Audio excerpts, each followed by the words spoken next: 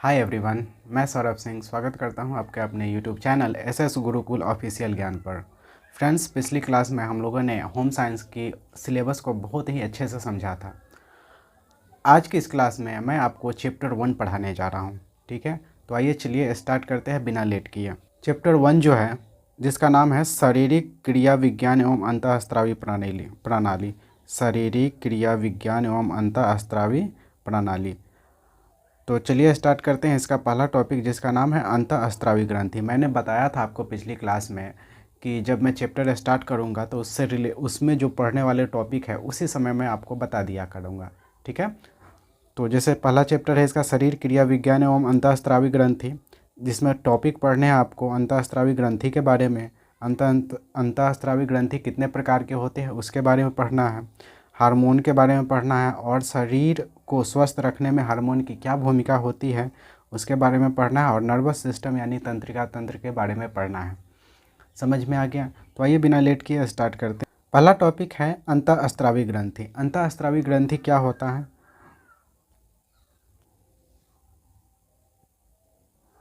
देखिए, अंतःस्रावी ग्रंथि क्या होता है? जंतुओं में विभिन्न शारीरिक हमारी जो बॉडी है उसमें जितने भी शारीरिक क्रियाएं हैं उनको नियंत्रित करने के लिए, जैसे हाथ उठा रहे हैं हम, तो ये कौन कौन ये मतलब कि नियंत्रित कौन कर रहा है? ब्रेन कर रहा है, तंत्रिका तंत्र कर रहा है ना। तो तंत्रिका तंत्र के अलावा कुछ और भी विशिष्ट रासायनिक यौगिक होती है जो हमारे बॉडी को क्या करती है? गाइड करती है, नियंत्रित करती है। उसी को हम लोग हार्मोन कहते हैं। और हार्मोन जिससे निकलती है, ठीक है, इसमें लिखा गया है जंतुओं में विभिन्न शारीरिक क्रियाओं को नियंत्रित नर्वस सिस्टम यानी तंत्रिका तंत्र के अतिरिक्त कुछ और विशिष्ट रासायनिक यौगिक द्वारा भी किया जाता है। यह रासायनिक यौगिक हार्मोन कहलाते हैं। ठीक है, अब बात कर लेते हैं हार्मोन क्या है। तो देखिए, हार्मोन जो है ना, हार्मोन शब्द ग्रीक भाषा हार्मोन से बना है, जिसका अर्थ होता है उत्तेजित करने वाले पदार्थ। ठीक है, और ये जो हार्मोन, ठीक है, हार्मोन का स्राव कुछ विशेष प्रकार की ग्रंथियों द्वारा होते हैं, ग्लैंड द्वारा। जैसे कि हमारे अग्नाशय एक ग्लैंड हो गया। हमारे जब हम कुछ अचार वाचार खाते हैं तो मुंह में पानी पानी आ जाता है, तो पानी पानी आ जाता है, तो वो पानी जिस बर्ड से निकलती है, जिस ग्लैंड से निकलती है, उसी को हम लोग क्या बोलते हैं? ग्रंथि बोलती है। तो वही ये जिस ग्रंथि से निकलती है ना, उसी को हम लोग क्या बोलते हैं? अंतःस्रावी ग्रंथि कहते हैं, इंडोक्राइन ग्लैंड कहते हैं। ठीक है, अंतःस्रावी ग्रंथि को नलिका विहीन ग्रंथियाँ भी कहते हैं। ठीक है, अब अंतःस्रावी ग्रंथि जो होती है वो क्या होती है? तो नलिका विहीन होती है। ठीक है, अब ग्रंथि के प्रकार में हम बताएंगे कि ग्रंथि कितने प्रकार के होते हैं। तो पूरे ग्रंथि को हम लोग 3 भागों में बांट देते हैं। ठीक है, आइए आगे देखते हैं। अब आपको करना क्या है? कॉपी में नोट बनाना है और वहाँ पर लिखना है अंतःस्रावी ग्रंथि, और बढ़िया से इसको लिखना है। ठीक है, क्योंकि एग्ज़ाम में आपके लघु उत्तरीय में यही सारे टॉपिक को उठा के पूछेगा। उसमें ऐसा नहीं पूछेगा कि हाँ अंतःस्रावी ग्रंथि क्या है, सिर्फ नॉर्मली छोटा सा टॉपिक दे देता है कि अंतःस्रावी ग्रंथि, बस इतना ही लिख करके देगा। अब उसके बारे में आपको लिखना है। तो कॉपी में आप अच्छे से नोट बनाइएगा, टॉपिक लिखिएगा, उसके बारे में लिखिएगा। ठीक है, चलिए आगे हम लोग बात करते हैं ग्रंथि के प्रकार। ग्रंथि कितने प्रकार के होते हैं? ग्रंथि बेसिकली 3 प्रकार के होते हैं। एक होता है आपका बहिःस्रावी ग्रंथि, जिसको हम लोग एक्सोक्राइन ग्लैंड बोलते हैं। दूसरा का है अंतःस्रावी ग्रंथि, जिसको हम लोग एंडोक्राइन ग्लैंड बोलते हैं। तीसरा का है आपका मिश्रित ग्रंथि। बारी बारी से इनके बारे में हम लोग डिस्कस कर लेते हैं। देखिए, पहला है आपका बहिःस्रावी ग्रंथि। बहिःस्रावी ग्रंथि क्या होता है? तो बहिःस्रावी ग्रंथि जो होता है, शरीर की ऐसी ग्रंथियाँ जिनके स्राव, यहाँ पर टाइपिंग मिस्टेक है, थोड़ा सा आप ध्यान दीजिएगा, है ना, आप अपने से लिख लीजिएगा। स्राव ये इस तरह से होता है, स्राव। तो शरीर की ऐसी ग्रंथियां जिनके स्राव को विभिन्न अंगों तक पहुंचाने के लिए नलिकाएं होती हैं, उन्हें बहिःस्राव ग्रंथि कहते हैं। ठीक है, जैसे अपना ये नस है ना, ये नस, ये भी क्या हो गया? एक नलिका ही हो गया।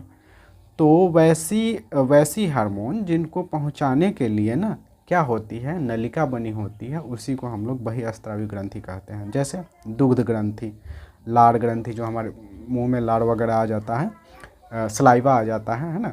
श्लेष्म ग्रंथि, अश्रु ग्रंथि, आँख से जो आंसू निकलते हैं, आँख से आंसू निकलते हैं, तो उसके लिए क्या एक मतलब नलिका बनाया गया होता है। ठीक है, एक छोटा सा पाइप होता है, उसी को हम लोग बोलते हैं नलिकाएं। ठीक है, तो ये जो आंसू निकलती है ये नलिकाएं के द्वारा निकलती है, इसलिए इसको अलग कैटेगरी में रखा गया है, जिसको हम लोग बोलते हैं बाह्य स्राव ग्रंथि।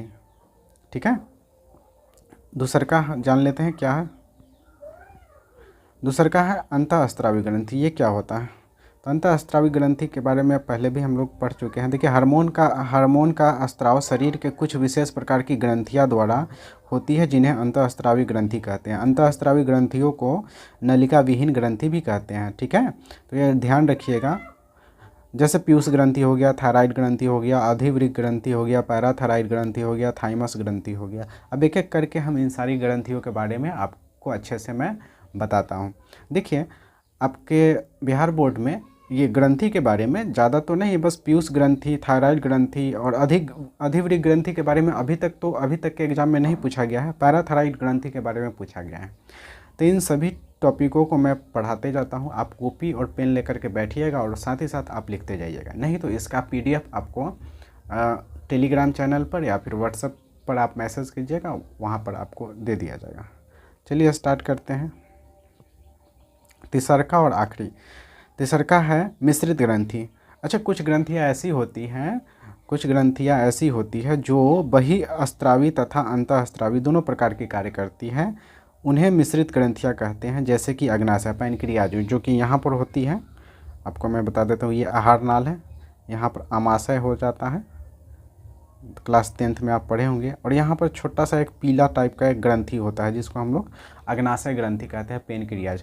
तो ये उसी टाइप की ग्रंथि है। इसमें अंतःस्रावी और बाह्यस्रावी दोनों प्रकार की स्राव होता है इसमें। इतना बात समझ में आ गया? तो चलिए हम लोग नेक्स्ट टॉपिक स्टार्ट करते हैं। और नेक्स्ट टॉपिक है पीयूष ग्रंथि। पीयूष ग्रंथि ये आपके 2019 और 2023 में बिहार बोर्ड में पूछा हुआ क्वेश्चन है पीयूष ग्रंथि के बारे में। चलिए स्टार्ट करते हैं। देखिए, जो जैसे लिखा हुआ है उसी तरह से आपको क्या करना है, कॉपी में नोट करना है। देखिए, पीयूष ग्रंथि एक अंतःस्रावी ग्रंथि है, इतना तो लिख लीजिएगा। ठीक है, जिसका आकार क्या होता है, मटर के दाने के जैसा होता है और इसका भार 0.6 ग्राम होता है। ठीक है, होता होगा, यहाँ पर हीता लिखा गया है, टाइपिंग मिस्टेक है थोड़ा। मेरा टाइपिस्ट जो है थोड़ा बहुत मिस्टेक कर देता है। स्त्रियों के गर्भाशय के दौरान यह क्या होता है, कुछ बड़ा हो जाता है। ठीक है, इससे निकलने वाला हार्मोन जो होता है अनस्रावी ग्रंथियों को उत्तेजित करता है। ठीक है, यानी कि ये पीयूष ग्रंथि होता है, प्यूटेटरी ग्रंथि होता है। बाद बाकी जितने भी अंतःस्रावी ग्रंथि हैं उसको क्या करता है, ये कंट्रोल करता है। इसलिए इसको हम लोग मास्टर ग्रंथि भी कहते हैं। ठीक है, इसलिए इसको हमको मास्टर ग्रंथि भी कहते हैं। इसमें अगर विकार आ जाते हैं तो क्या होता है, तो इसमें विकार आने से, अब चूँकि पूरे कोई कंट्रोल कर रहा है, तो इसमें अगर थोड़ा सा भी त्रुटि अगर आ जाती है तो क्या होता है, बाद बाकी सभी हार्मोन क्या होता है, डिसबैलेंस हो जाता है, अनियंत्रित हो जाता है। ठीक है, तो वही बोला गया, हार्मोन बहुत अधिक एवं बहुत कम हो जाते हैं। ठीक है, इतनी बात समझ में आ गया होगा। तो आप चलिए स्टार्ट करते हैं आगे। देखिए, यहाँ पर फिगर में आपको दिख रहा होगा पीयूष ग्रंथि, ये कहाँ होता है, तो यहाँ पर ये दिख रहा होगा, ये तालू के ऊपर और मध्य ब्रेन के एकदम बीच में रहता है। बात समझ में आ गया? चलिए आगे स्टार्ट करते हैं। थायराइड ग्रंथि इंपॉर्टेंट है, यही छोटा छोटा टॉपिक आपको लघु उत्तरीय में बना करके पूछेगा। ठीक है, थायराइड ग्रंथि क्या होता है इसके बारे में जान लेते हैं। देखिए, मनुष्य में यह होगा, यहाँ पर बहुत टाइपिंग मिस्टेक है, मनुष्य में यह ग्रंथि, ठीक है, मनुष्य में यह ग्रंथि छोटी तितली के आकार की होती है। यह ग्रंथि श्वास नली के दोनों तरफ लैरिंग्स के नीचे स्थित होती है। यह अंतःस्रावी ग्रंथि का ही हिस्सा है। ठीक है, थायराइड ग्रंथि में थायरॉक्सिन तथा ट्रायोडोथायरोनिन नामक हार्मोन निकलती है। इन दोनों हार्मोन में क्या होती है, आयोडीन की मात्रा अधिक होती है। तो कभी कभी इसमें अगर इनबैलेंस होता है, ज़रूरत से कमी हो जाता है, तो देखें घेंघा रोग हो जाता है ना। तो इसमें चूँकि आयोडीन की मात्रा माने अधिक रहती है दोनों में, है ना, इसके वजह से डिसबैलेंस होने की वजह से वो क्या होता है, घेंघा रोग वगैरह इसमें उत्पन्न होता है। ठीक है, बात कर लेते हैं क्या कैसा होता है। तो यहाँ पर दिख रहे हैं गले के नीचे, यहाँ पर देख रहे हैं, ये वाला जो दिख रहा है यही है आपका थायराइड ग्रंथि। ठीक है, जो कि लैरिंग्स के नीचे होता है। यहाँ पर देख रहे हैं लैरिंग्स है, इसके नीचे होता है, ठीक है। और तितली के आकार की है तरह है, देख रहे होंगे कि इस तरह से है, छोटी तितली के आकार की तरह का ये होता है, इस ढंग से होता है, ठीक है। बात कर लेते हैं आगे पैराथायराइड ग्रंथि। थायराइड ग्रंथि के थोड़ा सा पीछे होता है जिसको हम लोग पैराथायराइड ग्रंथि कहते हैं। इसके बारे में जान लेते हैं। देखिए, यह मटर की आकृति के पालीयुक्त ग्रंथियाँ होती है, लोब्ड ग्रंथियाँ होती है। यह थायराइड ग्रंथि के पीछे रहती है। इस ग्रंथि द्वारा 2 हार्मोन का स्राव होता है। यह दोनों रक्त में कैल्शियम और फास्फोरस की मात्रा का नियंत्रण करता है, ठीक है। थायराइड ग्रंथि से जो 2 हार्मोन निकलती है जिसमें आयोडीन की मात्रा होती है, और इसमें जो हार्मोन इससे जो हार्मोन निकलती है वो किस चीज़ का, बॉडी में किस चीज़ का नियंत्रण करती है, तो कैल्शियम और फास्फोरस का नियंत्रण करती है। बात कर लेते हैं ये होता कैसा है, तो देख लीजिए। यहाँ पर आप दिख रहे हैं ये थायराइड ग्रंथि है। इसी में जो छोटा छोटा दिख रहा है ये जो छोटा छोटा ये दिख रहा है आपको, ये छोटा छोटा दिख रहा है ना, यही है पैराथायराइड ग्रंथि। इसको और अच्छे से देखें तो यहाँ पर आपको दिख रहा होगा ये पीला पीला पीला पीला मटर के दाने के आकार का है ना, ये मटर के दाने के आकार का है ना, यही होता है पैराथायराइड ग्रंथि। समझ में आ गया। आगे चलते हैं हम लोग और आगे देखते हैं अधिवृक्क ग्रंथि।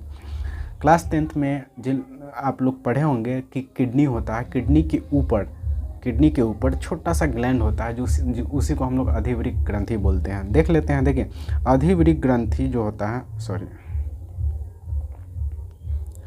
अधिवृक्क ग्रंथि को हम लोग ऊपरी वृक्कीय ग्रंथि या सुपीरियर ग्लैंड भी के नाम से भी जाना जाता है। यह ग्रंथि प्रत्येक वृक्क के ऊपरी सिरे के अंदर की ओर स्थित होता है। इससे निकलने वाली हार्मोन 3 प्रकार की होती है, ठीक है। कौन कौन से, तो ग्लूकोकॉर्टिकॉइड्स। ये क्या करता है, तो ये हार्मोन भोजन के उपापचय में इनकी महत्वपूर्ण भूमिका निभाती है, ठीक है। तो दूसर का है मिनरलोकॉर्टिकॉइड्स। ये लौनों तथा शरीर में जल का नियंत्रण करती है। और तीसरा का है आपका लिंग हार्मोन। लिंग हार्मोन आपको पता ही है, इसमें पुरुष और महिला जनन का निर्धारण करती है कि नहीं। तो अधिवृक्क ग्रंथि का हम फोटो दिखा देते हैं आपको, कौन होता है। यहाँ पर देख रहे हैं, ये वृक्क है यानी किडनी है। किडनी के ऊपर ये छोटा सा जो दिख रहा है इसी को हम लोग बोलते हैं अधिवृक्क, ठीक है। इसमें भी ये जो ऊपर वाला पार्ट है इसको हम लोग कॉर्टेक्स बोलते हैं, ठीक है। तो उतना डिटेल आपको नहीं पढ़ना है, ठीक है। जो हम आपको यहाँ पर लिखवा रहे हैं उसको नोट में बनाइए और लिखिए। आप एग्ज़ाम में वही लिखिएगा, नंबर आपको 100% मिलेगा, नहीं मिलेगा ऐसा हो ही नहीं सकता है, ठीक है। अब बायोलॉजी यहाँ पर पढ़ने नहीं बैठे हैं कि पूरा डिटेल पढ़ा जाए उसमें, ठीक है। फिर तो बायोलॉजी ही ले लेना ज़्यादा बेटर था, है कि नहीं। तो होम साइंस में बस छोटी मोटी नॉर्मली जानकारी हमको चाहिए होती है, उतना डिटेल जानकारी नहीं चाहिए होती है। चलिए आगे देख लेते हैं हम लोग हार्मोन। अब हार्मोन के बारे में जान लेते हैं कि हार्मोन क्या होता है। देखिए, हार्मोन अंतःस्रावी ग्रंथि से स्रावित होने वाले पदार्थ को हम लोग हार्मोन्स कहते हैं। यह हमारे शरीर में विभिन्न गतिविधियों को नियंत्रित करते हैं। और ये 2018 और 2022 में पूछा हुआ क्वेश्चन है आपके बिहार बोर्ड में। आगे जान लेते हैं हार्मोन। देखिए, इस पर कुछ प्रश्न ले लिए हैं हम लोग कि हार्मोन से आप क्या समझते हैं, इनके कार्यों का वर्णन करें। तो देखिए, अंतःस्रावी ग्रंथि से स्रावित होने वाले पदार्थ को हम लोग हार्मोन कहते हैं। यह हमारे शरीर में विभिन्न गतिविधियों को नियंत्रित करता है, जैसे अच्छा, इसमें कुछ हार्मोन के बारे में जब हम लोग उत्तरीय प्रश्न लिख रहे होंगे ना, तो इसमें हार्मोन के बारे में थोड़ा बहुत डिटेल आप ऐड कर सकते हैं। जैसे कि हार्मोन शब्द ग्रीक भाषा हार्मोनियन से, जो पीछे मैंने आपको पीछे जस्ट थोड़ा देर पहले मैंने आपको बताया, बस वही सब इसमें चिपका देना रहता, अलग से हम लोग बिल्कुल नहीं लिखते हैं।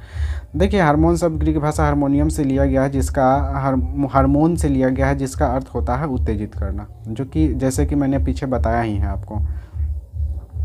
और क्या है इसमें, तो हार्मोन का कार्य क्या होता है, तो हार्मोन हमारे शरीर में बनने वाले एक तरह के केमिकल होता है जो रक्त के माध्यम से विभिन्न अंगों एवं ऊतकों तक पहुंचाते हैं। सजीवों में होने वाली विभिन्न जैव रासायनिक क्रियाएं जैसे वृद्धि, विकास, है ना, यौन गतिविधि, प्रजनन आदि का नियंत्रण करते हैं। इसकी सूक्ष्म मात्रा यानी कि सूक्ष्म मात्रा भी अधिक प्रभावशाली होती है, ठीक है।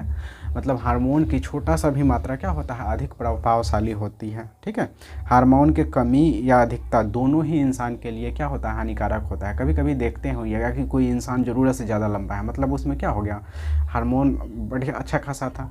अब कोई जो मैंने इतना ज़्यादा हार्मोन उसमें रिलीज हो गया, वृद्धि हार्मोन की ग्रेट खली हो गया। देखते हैं कितना परेशानी होता है ना। तो ज़रूरत से ज़्यादा हार्मोन और ज़रूरत से ज़्यादा, अगर ज़रूरत से ज़्यादा कम हो गया हार्मोन तो वो इंसान बौना हो जाता है। बात समझ में आ गया। तो हार्मोन का छोटा मात्रा भी क्या होता है, अपने आप में बहुत ज़्यादा प्रभावशाली होता है। इतनी बात समझ में आ गया होगा। तो आज के क्लास में हम इतना ही रहने देते हैं। कल एक टॉपिक आपका बच गया, तंत्रिका तंत्र। उसके बाद तंत्रिका तंत्र को मैं क्लियर करके उस चैप्टर से रिलेटेड आपको लगभग सारे के सारे क्वेश्चन मैं करवा दूंगा। तो बताइए आज की क्लास आपको कैसी लगी। अच्छी लगी हो तो लाइक करें, कमेंट करें, सब्सक्राइब करें। Thank you.